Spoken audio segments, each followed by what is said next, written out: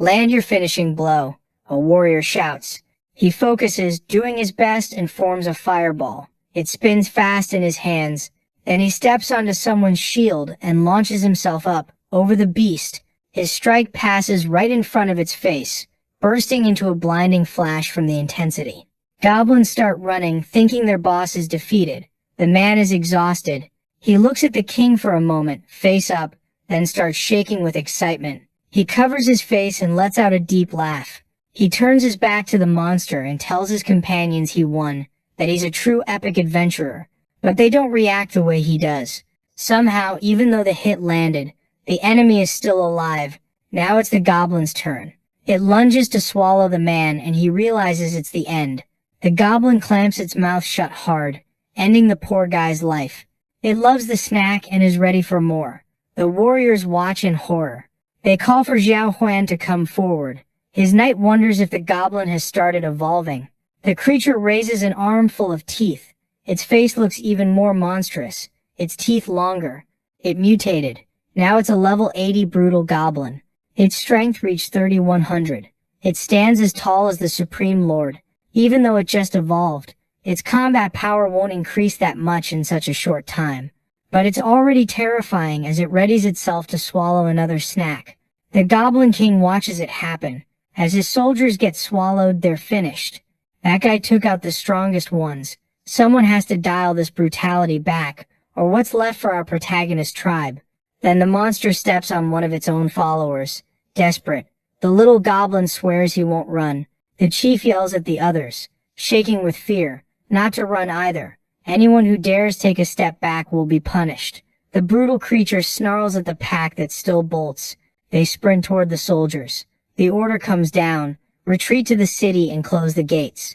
The goblin army keeps running, and the beast orders them not to let the enemies escape. Lin watches from above. They went to the city. Looks like he's got an idea. He puts his hand to his mouth and whistles, giving a command to his dragon. The goblins are ordered to grab everyone there. Fast. Suddenly, a flash erupts in the distance. Lightning streaks low across the ground. The young man wonders if the other guy came back, then orders his group to hurry and retreat. Inside the castle, things aren't looking good. The chief tells them to leave. He'll make his fall quick. The man snaps that he doesn't have what the other one wants, so get on with it already. He's annoyed negotiating with them isn't worth it. No? The creature asks, then vanishes at the speed of light. A heartbeat later, it's holding that warrior in its hand. It demands to know what the human meant when he said he didn't have the ring. Lightning slams toward the beast and hits it cleanly. The creature opens its mouth as a sword points straight at it. Wounded, it watches what struck it land in front of it. Something rests calmly on top of the object. It's a person, balanced on the sword's tip on one foot. A strange blue power flares, catching the chief off guard. That power wraps around the creature and hits him, or at least it looks like it does. Someone grips a weapon. The one in charge is Marshall, a spear fighter with a weird black shadow over his arm and his weapon. Others join him. Emma arrives with Austin, who asks if there's really a need to act like that. Choked up, a man announces the Holy Swordmaster has arrived, along with members of the Hunters group. Meanwhile, in the city, our hero watches from the shadows. He didn't expect the Hunters Guild to show up now, and it messes up his plan to deal with that goblin. The fight rages in the middle of the city. That bizarre creature charges forward, unable to tell friend from enemy. After devouring that goblin, it shows a brutally savage ability. Devouring its own kind heals it fast. Lynn's surprised it has that talent, but judging by how many wounds it has, it'll take a while before it's fully healed. He's almost satisfied with the result. The adventurers mutter that the monster didn't die from a direct hit to the neck, but it's Lord class, so it'll take more. The creature seems to understand them. It tells them to wait, that it's just a simple goblin that doesn't want to fight. If they let it return to the Great Tomb, it'll make sure the goblins never come back. The Holy Sword asks if it's from the Great Tomb. The creature says yes, and blames that guy for taking the ring. But the guy swears he never stole anything from trash mobs like them. The Holy Sword feels something's off. It all ties back to that troublesome guy. Austin asks who she means, if it's that goblin from before. She says the goblin is from the Great Tomb, which is really far away, and none of this feels right. They ask if she thinks it was all set up so both sides would end up hurt. Her companion asks if a goblin could even pull that off. She says she doesn't care. It killed Stanman, and there's no taking that back. Austin grins, fired up, and asks them to let him handle the monster. The creature grows uneasy. Suddenly a whirlwind of energy blooms right in the middle of everyone. The creature tries to shield itself. It uses the confusion to slip away. The holy sword covers her face and realizes where it's coming from. The dragon flies overhead, and there's our hero again. Lin thinks that goblin would make good food, and it'd be a shame if it died by their hands, so he's going to help it escape.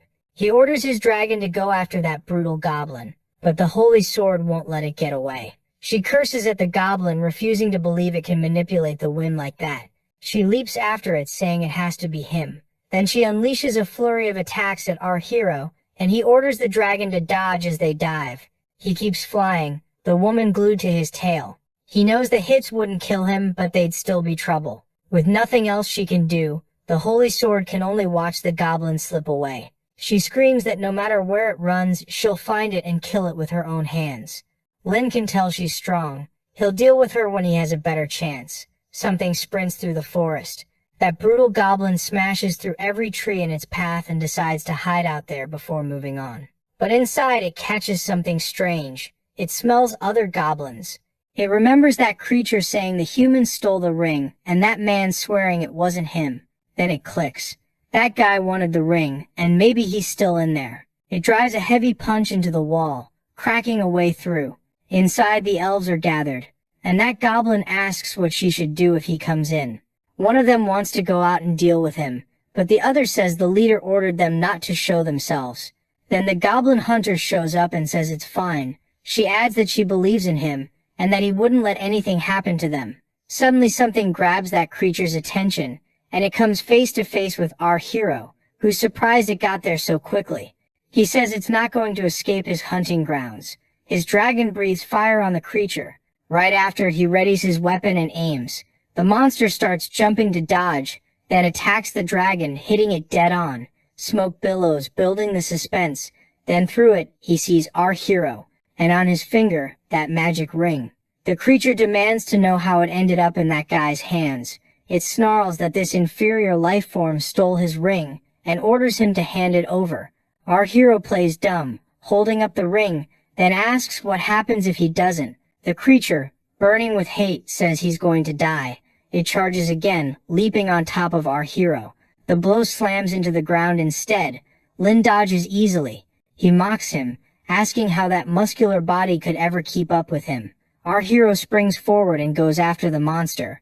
Right then he gains a brand new super skill, Remnant Howl.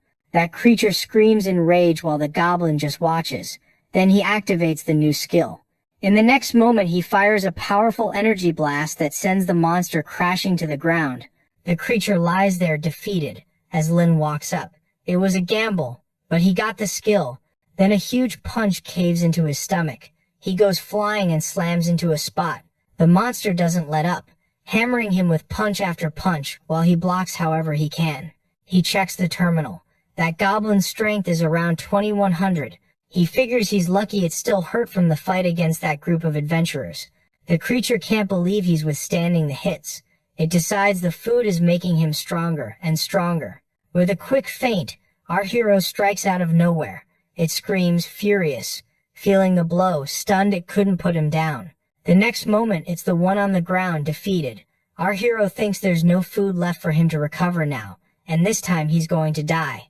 He says he only didn't kill him because he's still the last one. The huntress asks what he wants to do, seal his soul in the ring, but our hero says the plan didn't work. There was an intervention and he ended up exposed. He doesn't even mention that among them there's someone who can escape through the earth, and that he can easily find them underground. The huntress asks what he plans to do. Our hero asks if that isn't the guy from the Great Tomb, and says maybe it's better to use his story so he gets killed there. The huntress asks if it wouldn't be better not to get involved with those people from the Great Tomb, but our hero says it's the best way. Then he slips the ring onto his hand. He tells her to send word to the people of the Great Tomb and offer the ring so they can get revenge for his cruelty. She says there's nothing they can do. Then she says she'll do what he asked. Grabbing a weapon, she uses her ability on that creature and orders it to get up. The brutal goblin rises, saying his humble servant is more brilliant than his master and that he needs to carry out the king's command. Somewhere else, a group of goblins eats. On the terminal, it shows the host has accumulated 300 health points and can summon a level 6 monster that's completely obedient. He considers using that to protect himself, but decides a level 6 monster is about as strong as a brutal goblin, and the holy sword could take down 3 of those. He thinks it might be better to pick a skill and get stronger. Twisted Fusion can take parts of opponents and spread them out to gain new stats, but it can't gain innate abilities. Ruin Attack can disable holy abilities and weaken the opponent, while dealing high damage. Distortion combined with Jean's skill gets stronger, like Dragon Wings, or even fusing with Medusa's eyes and devouring her petrification ability. Ruin seems like the only way to break the holy system, but there isn't any monster he can fuse with right now. The Ruin swap worked. The host got the Miracle of Life effect and 3,000 of it came back. Lin is happy and surprised by what just happened, but the goblins don't understand anything. This solves the problem with the goblin's genes. Even his maids ask the boss what's going on. The young woman asks if he'd like to do something. The man says no, and tells the girl not to suggest that for a while.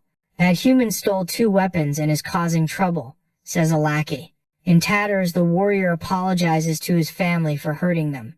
When the boss gets close to the prisoner, the other one drops to his knees and calls him by name over and over. Delirious, he asks if his father and the others are still alive. His father and sister were defeated by the Supreme Lord. Lin Tian says, laughing. The crazed man says he never should have provoked him or tried to act smart in front of him. He says he hopes she's still alive and can be rescued later. Then, all of a sudden, he runs and smashes his own head into the wall, collapsing unconscious on the floor. Lin Tian says he was tortured to the point of feeling moved, and wonders why he couldn't just let it go. He says that after some time his hatred for him faded, and he hopes that knife can ease his pain. Time passes. Later in the forest of the Great Tomb, that goblin calls for Lord Niu, saying he's the leader of the Beast King tribe, asking if he's home. Suddenly, a giant paw appears and scares the creature half to death. A colossal monster steps out of the cave, asking why he's calling. He explains he only went to take back from those humans what belongs to him. That huge creature is the man-eating ghost bull Niu. He says that item was made by the same ghosts of his kind, the Cheeky, and giving it to him is like returning it to its original owners. The massive creature takes the ring, examines it, and asks what he wants. The goblin asks for help, standing before that huge imposing creature. He explains he has a deal with the Holy Church, and they can't go into human territory. But he adds that he'll help him become a lord. He tells him to go get his revenge against the human race, and says he believes the immortals will back him. He adds it's been a long time since he ate human flesh. Time passes in that goblin den. Our hero checks the terminal, searching for something. He sees his info, level 70. He thinks that even though he trained and improved his skills, the Holy Sword has over 4,000 power, and it looks like he'll need Kanmen to deal with it. But he thinks he's almost there, and together they manage to create a whole army of heroes. He thinks he can finally stop hiding. Then the huntress calls him and says the brutal goblin brought his men to the cave entrance and is waiting. As our hero heads there, the woman asks him to wait a moment. She hugs him and asks if he wants them to go to Guangming City with them. But he says there's no need, and that he's only going to fight the Holy Sword. So if something happens and he needs to run, anyone else would just get in his way. She says she ordered the brutal goblin to obey, so he better not let her down or she'll punish him severely. Lin says that's it, and it's not clear who's going to punish who. The woman watches him leave, thrilled. Our hero walks up to the huge goblin and asks if the friend he's looking for is a goblin with poor circulation. The massive creatures just stare at him, like he's found a group of ghosts that specialize in eating people. He says the most embarrassing part is this dominant goblin of the Phoenix class, and things aren't looking good. Then the creature tells Mr. New not to worry because the goblin's strength is equal to his. It tells him to stop talking nonsense and show the way, and our hero just watches. Somewhere else, the monsters gear up for battle. They're warned there's a sword-wielding woman who's extremely powerful. The monster scoffs and says he likes tough food. An earthquake hits. The guards ask what that was until one of them tells them to look. A herd of ghost bulls comes charging in, and the guards panic, Screams for help echo across the city. Our hero wonders if they're really that scary, but decides the smart goblins are worse. Lin thinks this city will be his sooner or later. The bulls seem to be enjoying the attack, excited by the idea of fresh meat. But just as one is about to eat, a powerful strike slams it to the ground. The man who was about to be eaten falls back and looks up, and sees a group of adventurers and the holy sword. The older man asks why there are so many ghost bulls. Another asks if that isn't the guy from the Great Tomb. Annoyed, he says they should have dealt with him right away. The holy sword says it was her slip-up. Determined, she says she'll fix that mistake and charges straight at the creature. On the way, she cuts down a few ghost bulls. The moment she gets distracted, the monster attacks, blasting rubble and dust everywhere. But from inside the dust, the woman appears, holding the attack back. The bull can't believe it. Our hero watches from above and realizes they're evenly matched. While she's busy, it'll be better for him to act. Then something catches his eye, that man staring down the brutal goblin. The guy starts sinking into the ground, saying he's going to kill that beast, and our hero thinks that's what he's been waiting for. He uses a power and fires a barrage of projectiles at him. No chance. The man goes down. The beast moves in to feed on him, and his companion notices Marshall's situation. She tries to save him and fires arrows at the monster, but a magical tornado blocks them. Confused, she asks what that was, and our hero appears, saying luckily he's got sharp skills too. He orders the brutal goblin to leave that guy to him and go help the ghosts, and the monster obeys. He steps closer to the man, excited, licking his lips, and uses his devour skill. The elf is horrified by what she's seeing. Nearby, the old man defeats another ghost bull, calling them cursed beasts. He leaps at our hero with a powerful martial arts technique, but our hero doesn't move. At the last second, he dodges, and the old man explodes with rage. Our hero uses a super skill, giving the warrior no chance to react. The elf cries out in despair. From above, she watches our hero feeding on her companions. The old warrior is defeated, and the woman can't believe this happened to her powerful friends. Our hero realizes he's finally reached level 75, and his power surges. Nearby, the elf readies her attack and fires, hitting him square in the shoulder. He didn't expect it, and he sees another arrow coming right at him. He barely dodges the volley. As he thinks about how lucky he was, he sees the elf won't give up on killing him. Again he dodges, and realizes he couldn't do it without the stone wall. He orders his subordinate to bring down the tower. The monster charges in and slams the tower with massive force, smashing it apart.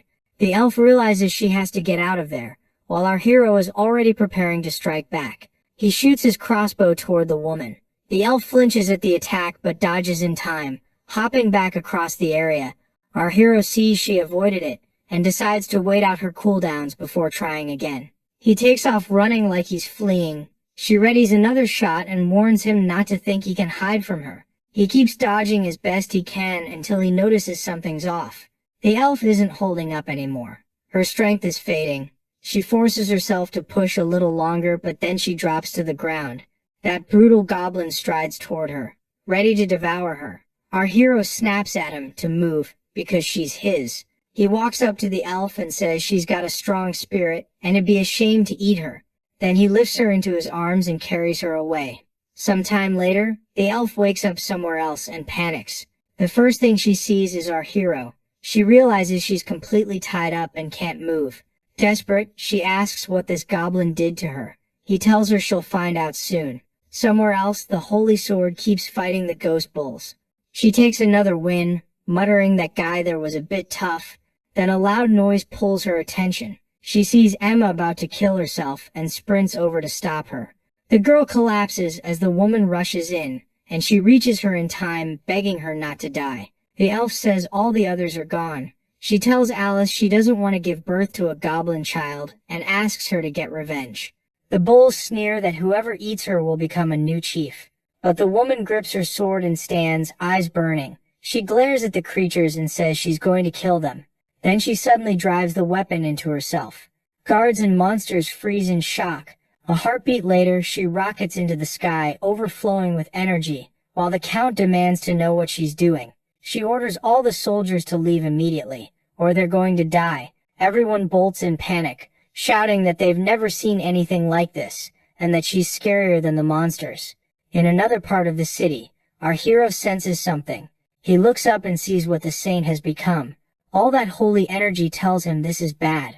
The herd of ghost bulls hesitates, then runs, but the power is too much. The holy sword unleashes her ability, and strikes them with the holy inquisition. The creatures are wiped out, and a massive rift tears open through the city. Afterward she descends and returns to her normal form. On the terminal, her power reads 5,000.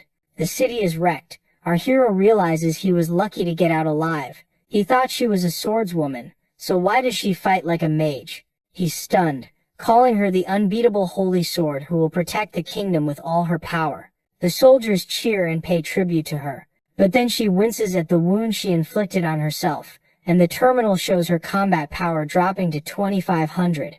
Our hero looks satisfied. The woman says it's not over yet. The real killer isn't dead. She reaches for a potion, but a powerful strike slams in and cuts her off. Everyone reels. Then our hero finally reveals himself, standing atop a tower. Someone spits that he's a despicable person for a surprise attack. He tells her to tend her wounds and leave the rest to them. Our hero asks what he just called him. The man charges, shouting, "Despicable." A fraction of a moment later, he's already down. Our hero corrects him.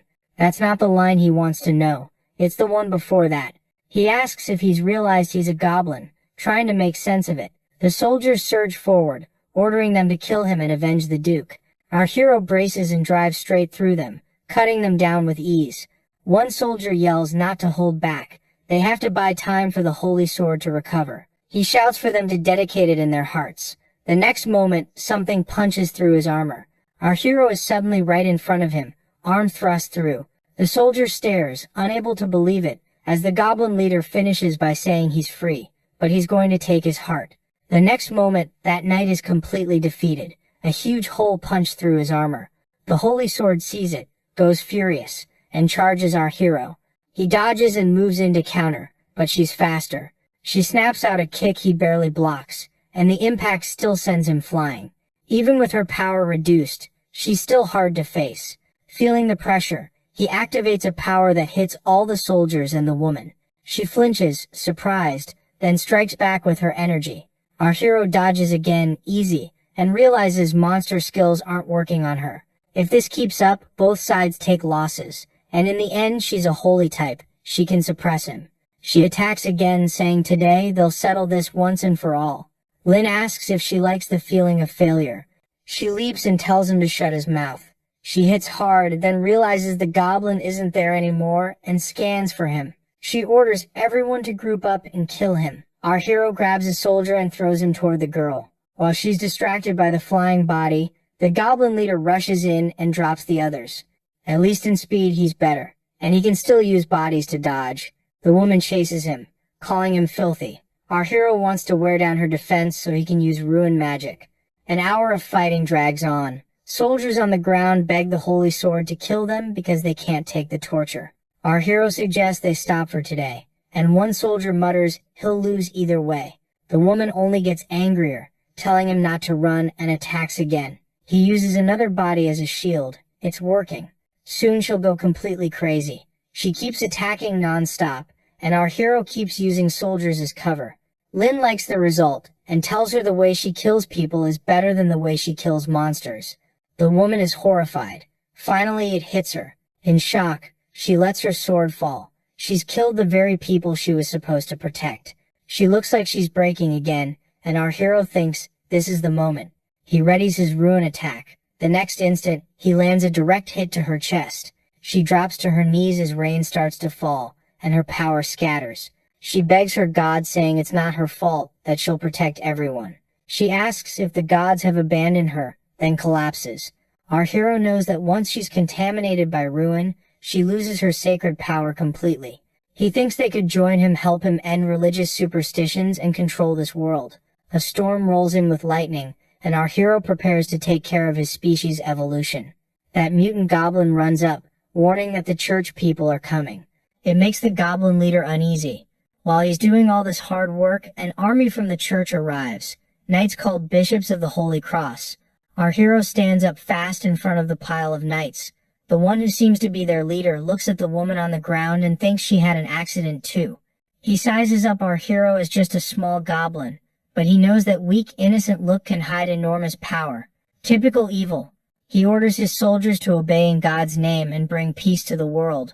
Filled with sacred power, they shout to purge the devil, and it makes our hero uneasy. The holy knights charge straight at evil, attacking without pause while he holds them off with his magic barrier. Our hero realizes that even in heavy armor, they're fast. On the terminal, he sees their strength is 3,000. The fight continues. He dodges as much as he can, thinking they really are powerful. No intention of backing down. So what?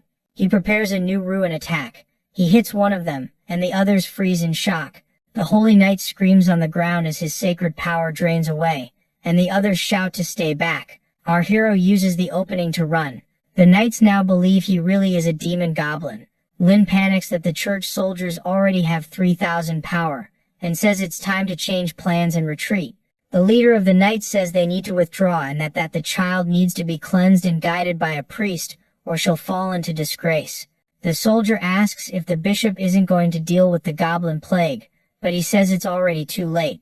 He explains that, like the bishop said, God has already chosen a new servant, and there's no need to look for her anymore. Sometime later, our hero manages to get away. He notices most of the bodies were burned, but the ghost bull's body is still there, and he decides to take advantage of it.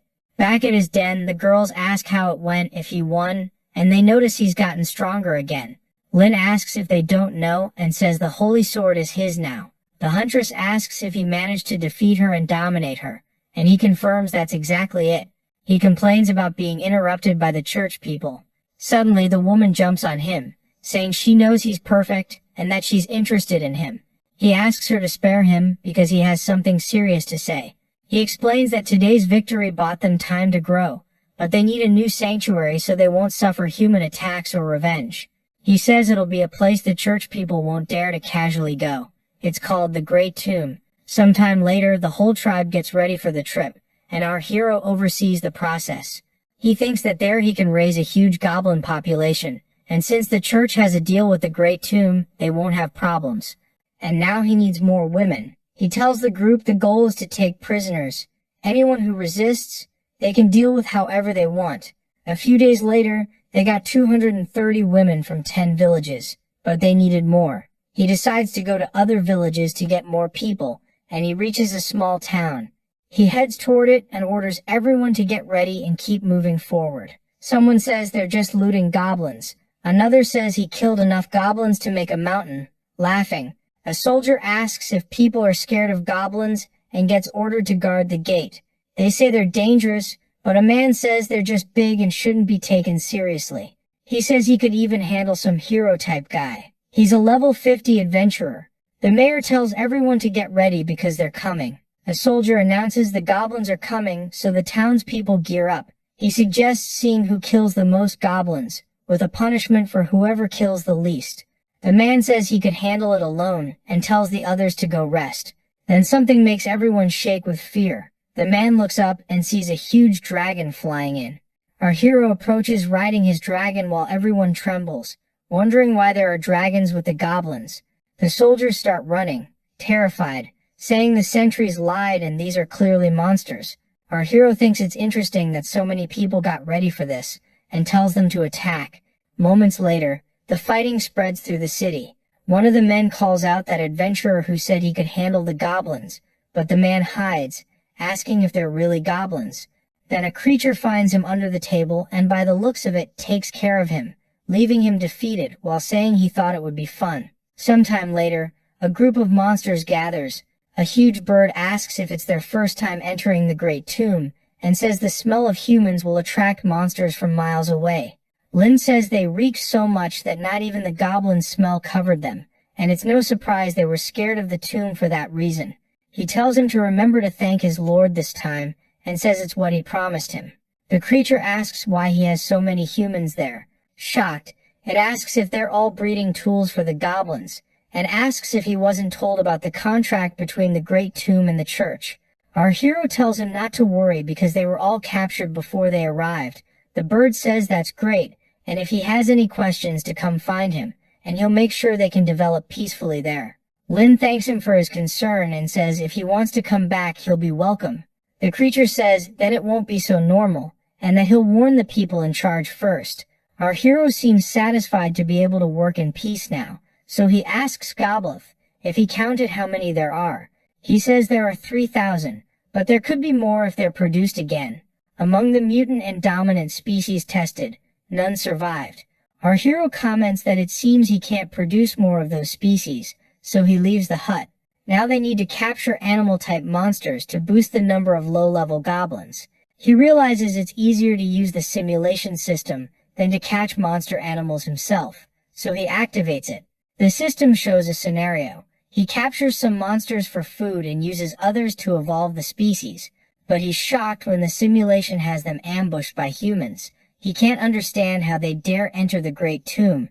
Then the simulation ends badly. He gets subdued, forced to flee with only a few members, defeated, so he knows he needs a way to deal with this.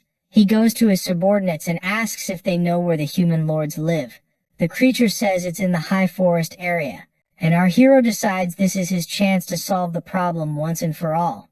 A month later, he talks with his bird friend who says it's impossible for humans to reach there. He explains the Great Tomb has a contract with the church, but our hero says that on the other side he saw an army approaching, and with what happened before they might attack him anyway. The creature says he understands, but nobody there will let humans walk through the Great Tomb. Then he flies off saying he'll meet him there later, and that he's going to make a report. Lun thanks him. One of the knights says they're there to defeat the goblins once and for all. They're determined to enter the Great Tomb, and the soldiers back him up. A dragon flies overhead, and the man asks if that's a goblin riding it. Watching, he thinks it matches the intel exactly. He asks if the guy up there is the goblin boss who destroyed dozens of cities and villages. Our hero calls them out, asking if they forgot the contract between the church and the Great Tomb. The man snaps back that he's just a rat who ran away from the tomb, and they don't need to worry about any contract if they kill him. He points behind him and asks if they can see that army. He says it's there for revenge for Alice and for his grandpa. Our hero reads the situation and starts messing with him, bringing up the holy sword. The man explodes, yelling at him to shut up. Then he says he'll attack and turn everyone into dust. Our hero didn't expect him to get that mad that fast. One of the knights tells them to wait. The scouts still haven't returned, and charging in could be dangerous.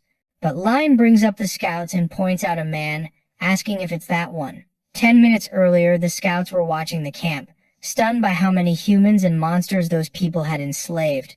But on the way back, a group of goblins caught them. The leader orders all troops to listen up and move out to kill every goblin. The soldiers ready themselves to attack. The young guy starts shouting, asking if they're scared, saying that's what happens when you piss off a lion. Then another creature appears, asking if that's true, and the huge bird shows up, overflowing with power. The young guy yells that it's the man-eating eagle and tells everyone to be careful. The eagle man says it's been a long time since he's seen the church, and asks if they forgot the contract offer. One of the knights says it's the Pope's order, and he isn't qualified to negotiate. The eagle man says he isn't qualified to be arrogant much longer, and he'll crush him himself. The knight says he's there to wipe out the goblins, and he doesn't care what happens after. But if the eagle man dares to stop him, he'll die. He spurs his horse and orders the soldiers forward. The creature rises into the sky, saying they're treating the Great Tomb like a place they can come and go whenever they want. The knight asks if the Great Tomb decided to protect the goblins. The eagle man says he can believe that. Yes.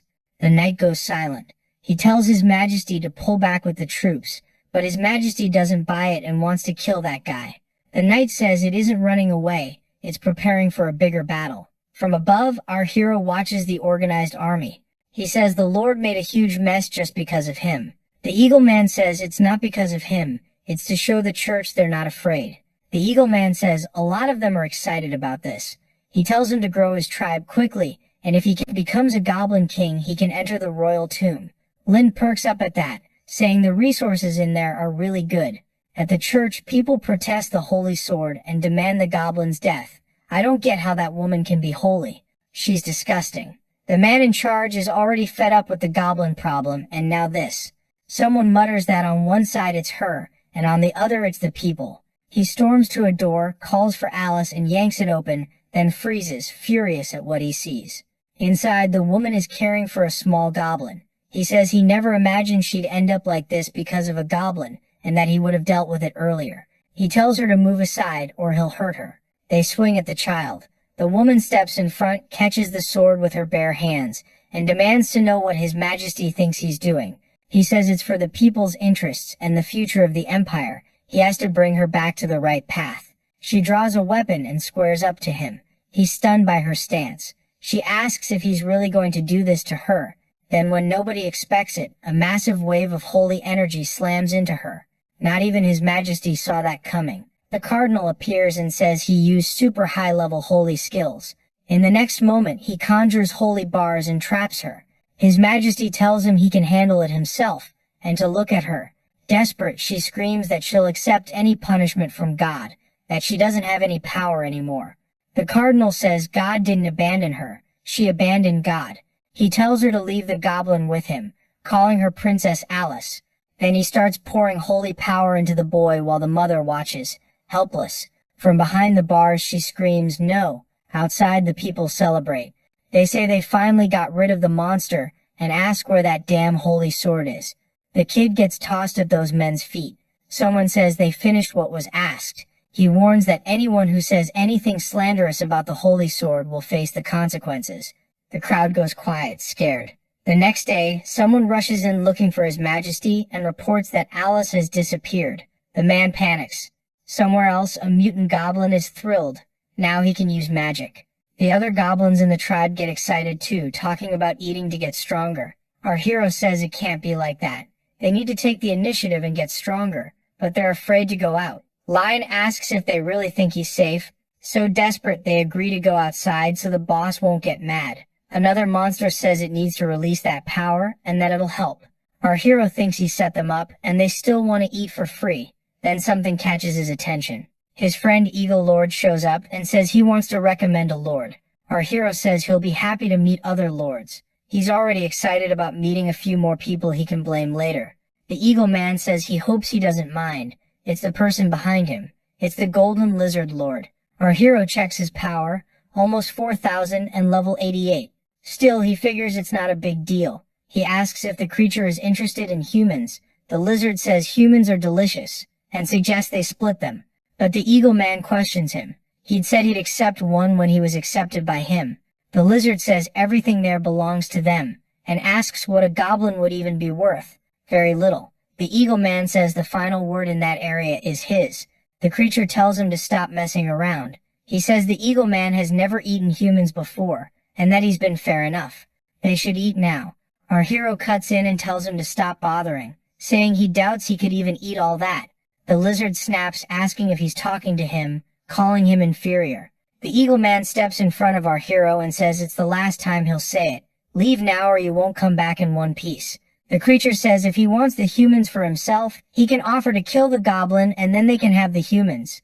The Eagle Man strikes first. Furious, the creature says he's done it now. But one day the Eagle Man won't be around, and he'll come back to destroy everyone. Then the creature retreats. The Eagle Man apologizes. He didn't know he'd be so ambitious. He says what the leader of the Great Tomb could do if he wanted that guy dead.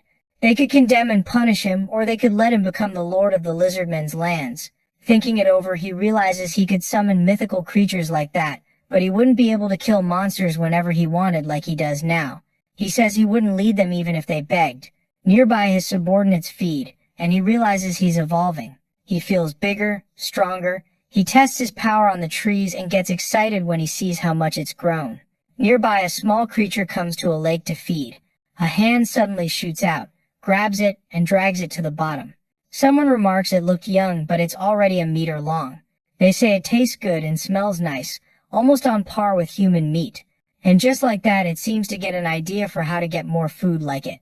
In the creature's village, a lizard complains that woman's son keeps hanging around and is going to get caught. She brushes it off, saying her husband is a lord and he'll handle it. A voice suddenly asks if they're looking for this. The woman turns toward the brush. A skeleton gets tossed at her feet. She freezes, horrified. She screams, demanding to know who he is, shouting that this is a lord's territory. The goblin asks what that is, then tells her to forget it because she's very pretty. An armed lizard rushes in, asking if he dares disrespect the Lord's lady. The creature lunges to attack, but one of the mutant goblins drops him easily. The goblins are clearly gaining the upper hand. The woman calls for help as he says he'll take her to the boss. The tribe realizes the goblins are invading and the Lord isn't there. They still grab their weapons and brace to defend themselves. The creatures charge in, furious. The goblin pumped answers with a devastating strike. The other mutant goblin finishes off the rest of the lizard men. In the end, they start feeding on the creatures. One tries to ambush him, but they answer with another powerful attack. He tells them to head back. They're already full, and the boss said not to wipe them all out, to give them time to recover. Now they take a prisoner. One of the survivors cries out for his lord, saying where he might be. Heading back, the lizard man asks if this is his tribe. Another lizard sprints up, yelling for him to hurry and save his wife and daughter, because the goblins took them. He can't believe it. He just came from the goblins' tribe, and he doesn't buy that they could butcher them that fast. The Lord sniffs the air and catches a mixed scent. His wife and the goblins. He bolts, cursing those miserable goblins, swearing he'll crush every last one. Back at the tribe, someone yells for the boss to come over because they brought good stuff. Our hero gets curious and realizes they've evolved. He's impressed they've come that far. He keeps sizing them up, trying to figure out how it happened, running through theories. He also thinks he can equip them with better gear to make them stronger. Someone suddenly screams, telling the damn goblins to let them go. A woman declares she's the Lord's wife, demanding how they dare capture her, threatening to tell the Lord to kill them all. He grabs her by the head and tells her to behave. Excited, he says he brought this to his boss, one young and one older, depending on his taste. Our hero wonders where they got them, especially with all this talk about a lord. He asks if they aren't the lizard men from the cursed temple. The woman says he's right. Her husband is the Lord. She asks if he's scared now, but says it's way too late. Lennon asks if it was the lizardmen's lord who threatened him and said he'd kill his whole tribe. The woman goes pale as he repeats the threat. Then out of nowhere he draws his weapon and strikes one of them, knocking her to the ground. The goblin leader says those two belong to them. Everyone lights up, thanking him and praising their boss. The creatures run around fighting over who gets to go first. Lennon asks what they did with the rest of the tribe. His underling says he devoured most of them, but left a few alive so they could breed again. Lynn looks a little surprised. The goblins tense up, thinking they did something wrong. But he says it was splendid, laughing as he congratulates them and calls them great entertainers. The creature says his boss is flattering him, and that he's only doing his duty. Lynn thinks he'd really like to see what that lizard man is like after seeing his tribe. Back at the tribe, the lizard is furious, cursing the goblins and demanding his wife and child back. Then he sees something he really doesn't like, a pile of goblins feeding on his beloved people. He knows right away it's his wife and his daughter. Our hero walks up and says he showed up a little late. The creature says that today he won't leave anyone from his tribe standing, and this debt will be paid back in full. Then he spits on our hero. Lynn fires back, landing a clean hit. Before it can recover, he's already rushing in and driving a strike into its chest. The monster realizes too late, jumps back, and clamps a hand over the wound. He demands to know what the hell that was, saying he blacked out for a moment. Our hero says if the lizard wants to die, he'll help, and reminds him this is the East. He can't summon monsters here. The furious lizard says he doesn't need other monsters to kill them all. He draws on his power. The wound starts to close. He grows stronger, more terrifying, and finally asks what the goblin can even do against him. The other goblins get excited and warn their boss he doesn't look easy to deal with. Our hero starts mapping out how to take him down. Then in the next moment, a weapon pierces the monster's chest. Our hero doesn't understand what he's seeing. The creature is sliced from head to toe. Behind it stands the holy sword. Tattered, with an empty stare, she says she finally found him. The goblins panic. She's in their tribe and they're sure she'll kill them. But she doesn't look like she's in any shape for that. And the next moment she collapses. Lynn's stunned. Even exhausted, with a crappy sword, she still killed the lizard in 1 second. He figures he's lucky she's unconscious. His underlings want to take the chance to kill her, of course, in the name of their boss. The other two just stand there like they're watching something important. Our hero says she's passed out, and the other one freaks out too, asking who even said she was going to be killed. He says she's worth way more alive than dead, watching her lie there unconscious. Night falls on the tribe. That female goblin seems to check out the woman a little, and gets excited, saying she's really soft and stretchy. Slowly the holy sword starts reacting, and our hero says it's been a long time since they last saw each other. She doesn't seem scared. She starts yelling that she's seeing goblins, that she finally found him, that it's wonderful. The tribe leader tenses and tells her not to do anything rash. She's far too weak to beat them. She forces herself up anyway, shouting "Goblin" over and over. Our hero can't figure out what's wrong with her. He yells at his underlings to do something. They weren't raised here just to stare, and orders them to hold her down. The big guy steps in and grabs the little rope holding her, but the next second she slips free. In a blink, she's right in front of our hero, catching him off guard. His servants panic, saying they're done for, and the boss is going to die because of them. Then the woman drops to her knees. That throws him. She tells him she's not there to fight. She just wants him to give her another child. No one can believe she's begging for that. Our hero asks if she thinks he's some kind of god of childbirth. She says she's serious. The hatred between them can end, but only if he gives her another child. Otherwise she won't forgive him. Our hero asks if she had his child before and what happened to that kid. She begs her god to forgive her for not finishing her punishment. She says it was all the damn villagers' fault and begs for another chance. Lin realizes she thinks the child is a punishment from God and it's driven her crazy. Really, she's just trying to avoid the fact that she killed someone. Our hero says God is furious because she killed some of her own tribe, but there are conditions if she wants to have his child. The desperate woman says she'll accept anything. He says she has to listen to him at least during he tells her to accept the atonement period and understand this is her punishment too. He figures she'd make great combat power. She says if it's God's punishment, she'll carry it out properly. That satisfies him, and he tells everyone else to leave. The woman starts getting ready and begs him to help her. The goblin leader says that since she's asking for it, he won't hold back. She seems to be enjoying it a lot. The vampire tells the hunter to stop messing around. That woman is the sword saint, the strongest of all time, so she doesn't believe it. But then she freezes when she sees the woman asleep and asks how that could have happened. The hunter says she'd like to know what kind of mess this would cause if the info reached the Empire. Someone asks Lin what he plans to do with the woman. He says to keep an eye on her so she doesn't run, then take her to change clothes and take a bath. The woman says she'll do it now and leaves. Lin asks how many humans died from disease and tells them to prepare the bodies today because he has a use for them. He figures the lizard man's death might draw the Tomb Lord's attention, so he needs to meet the Eagle Man again. He goes to the Eagle Man's tribe, and they seem surprised by what happened. His friend says he doesn't need to explain, and that if he takes the lizard man's place, he can still explain things to the Great Tomb. The goblin says he's not interested in becoming a lord, and asks if one of his underlings can take command instead. The Eagle Man says it's not impossible, but it's risky if he sends subordinates in his place. Lin asks why. The Eagle Man explains there's a demon competing for the position, now that the lizard man is dead. He thinks he could beat it, but his subordinates probably couldn't. Lin perks up at that. The creature is a monster that controls dreams, and through them controls people.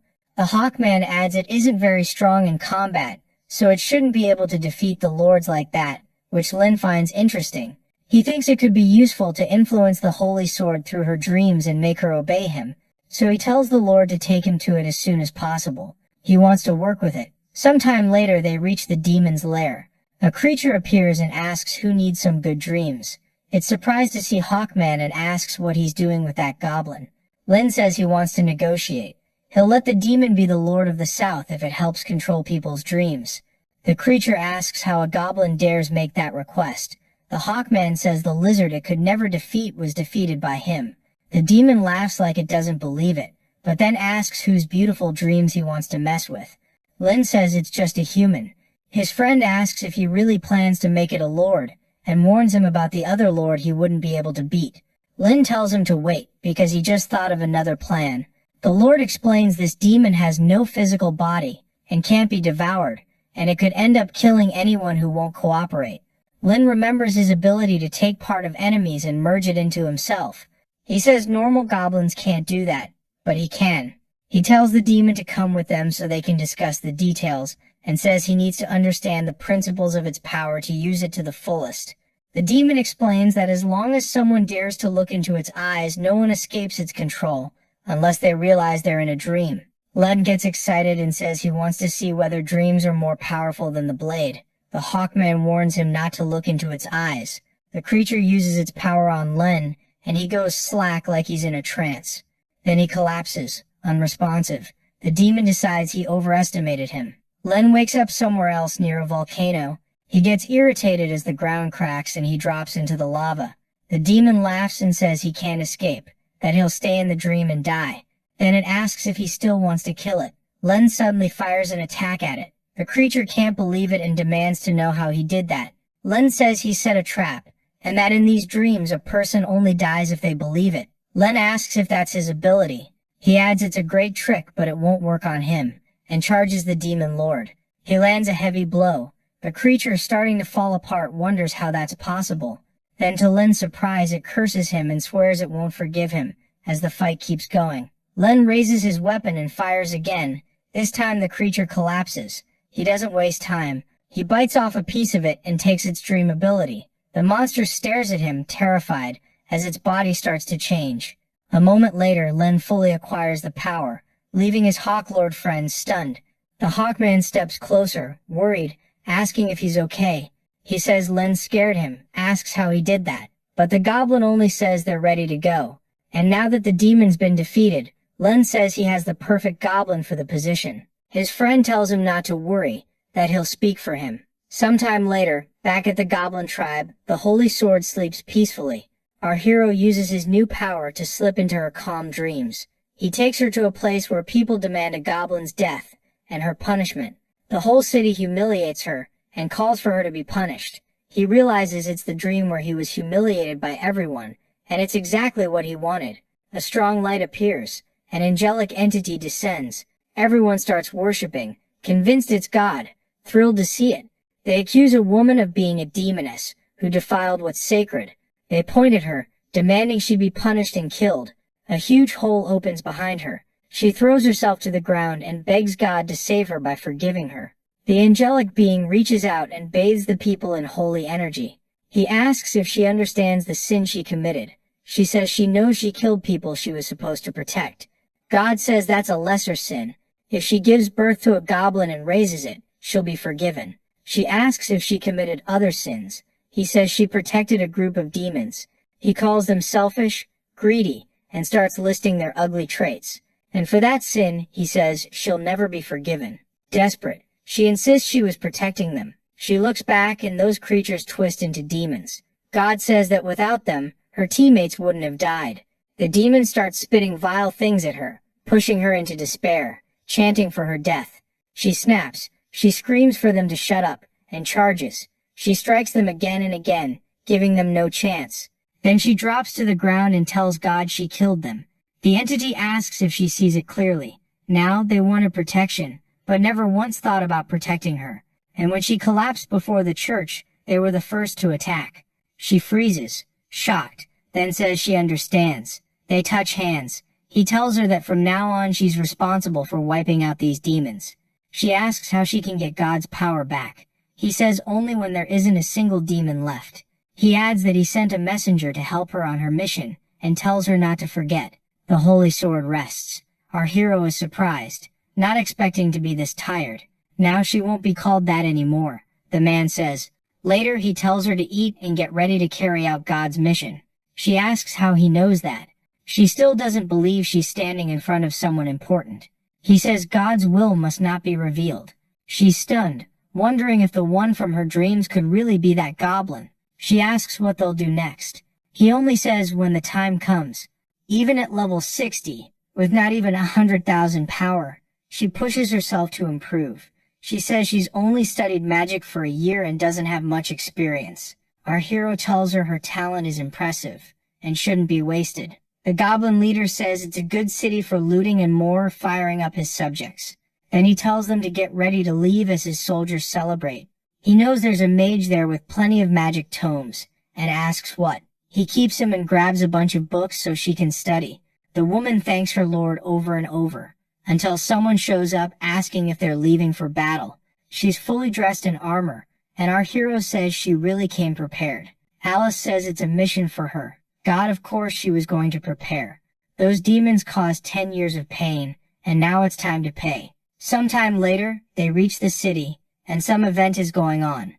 One of the creatures asks what all those people are gathered for, and our hero says it's some kind of celebration. He tells her to go back to camp while he goes to investigate. Down below, the ceremony continues. His granddaughter Avril is about to become the city's new lord, the youngest in history. Everyone celebrates. She thanks them for their support, says she'll be better than her grandfather, and promises she'll never let them down. Then she adds that if anyone knows about the Sword Saint, they should tell her so she can send her back to the church to be properly punished. The people cheer like they're in a trance, convinced she's amazing. Her grandfather watches, proud. Up above, our hero sits on his dragon and sizes it all up. He didn't expect they planned to capture the holy sword. Still, he gets excited. They'll have her soon. Nearby, the goblin army gets ready, and the elf asks how things look.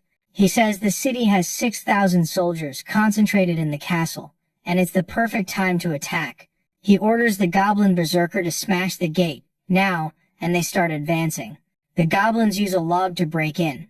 The soldiers freak out, shouting that they need to report to the Lord, but the next moment they start getting taken out.